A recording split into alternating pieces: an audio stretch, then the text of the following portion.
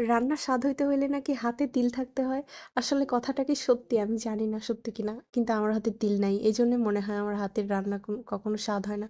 আমি কাউকে দিতেও পারি না বুঝছেন? কি যে রান্না করি ২ জন মানুষের রান্না তো সবসময় মানে ২ জন মানুষের কোনো রকম খাওয়ার মতো রান্না করে ২ জনেই যে চালাচ্ছি।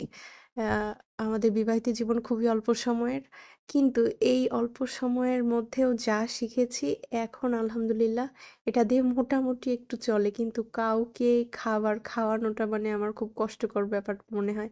কারণ আমি এতটা এক্সপার্ট না। কে কোন খুঁত ধরে বসে থাকবে এইজন্য আমি কাউকে ভয়ে কোনো রান্না আ মনে চাইলেও দিতে যাই না।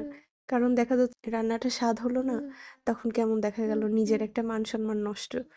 এই হচ্ছে ব্যাপার। তো এই ৩ বছরে যা শিখেছি তার একটু মানে এক্সপেরিমেন্ট করতেছি মাঝে মাঝে যে আ আসলে সবকিছুই শিখা দরকার। না শিখলে কি হবে? কখনোই আপনি আপনার প্রয়োজনগুলো মিটাতে পারবেন না। নিজের প্রয়োজন কখনোই আরেকজনকে দিয়ে সম্পূর্ণ মানে সারা সম্ভব না। নিজের কাজগুলো নিজেই করে নিলে এর মাঝে আনন্দও আছে, আপনার সুখও আপনি খুঁজে পাবেন। তো এই দেখেন আমি কি বোকা! কাঁচামরিচ দিয়েছি আচারের মধ্যে। একদল এসে এখনই বলবে যে শুকনা মরিচ দিলে স্মেলটা বেশি ভালো আসে। কাঁচামরিচ কেন দিয়েছি? না আসলে ব্যাপার না।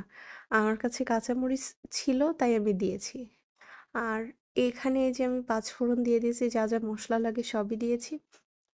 আরও কিছু মিস থাকলে আপুরা কমেন্ট করে জানাবেন। অনলাইনে এখন অনেক ভালো রেসিপির চ্যানেল আছে। এগুলো ফলো করলে মানে মাথা নষ্ট যে এরা এত সুন্দর করে রান্না করে। আসলে রান্নাও একটা আর্ট কিন্তু আপনি যখন সিঙ্গেল থাকবেন তখন আপনি রান্না শিখতে পারবেন বা বড় কারো আন্ডারে থাকবেন। আমি কি জানেন আমি ওরকম কারো সান্নিধ্যও পাইনি যে রান্নাটা শিখবো একমাত্র আমার মা ছাড়া। মায়ের রান্না তো অসাধারণ আলহামদুলিল্লাহ। মায়ের রান্নার প্রশংসার কথা কি আর বলবো। আ উনার রান্না থেকে যা একটু শিখেছি কিন্তু কখনোই মাকে যে রান্নাঘরে গিয়ে বসে থেকে দেখবো যে কি রান্না করতেছে একটু দেখি, দেখে শিখি। ওই সুযোগটা আসলে হয়নি কখনো। তখন তো বুঝিনি এত, এখন বুঝি যে কি ভুল করেছি। যদি একটু দেখতাম বসে থেকে তাহলে হয়তো আজকে ভালোভাবে রান্না করে খেতে পারতাম।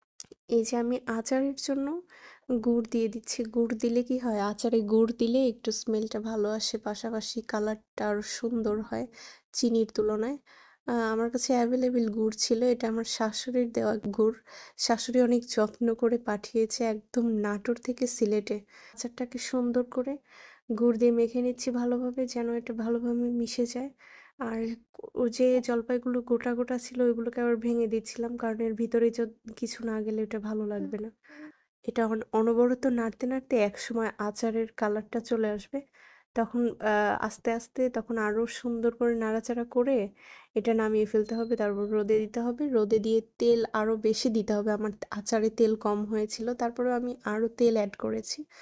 এড করার পরে আমি আরেকটু শুকিয়ে নিয়ে আচারটা কাঁচের বয়মে সুন্দর করে ভরে রাখবো। তো আজকের মতো এই পর্যন্তই। সবাই ভালো থাকবেন, সুস্থ থাকবেন। আল্লাহ হাফেজ।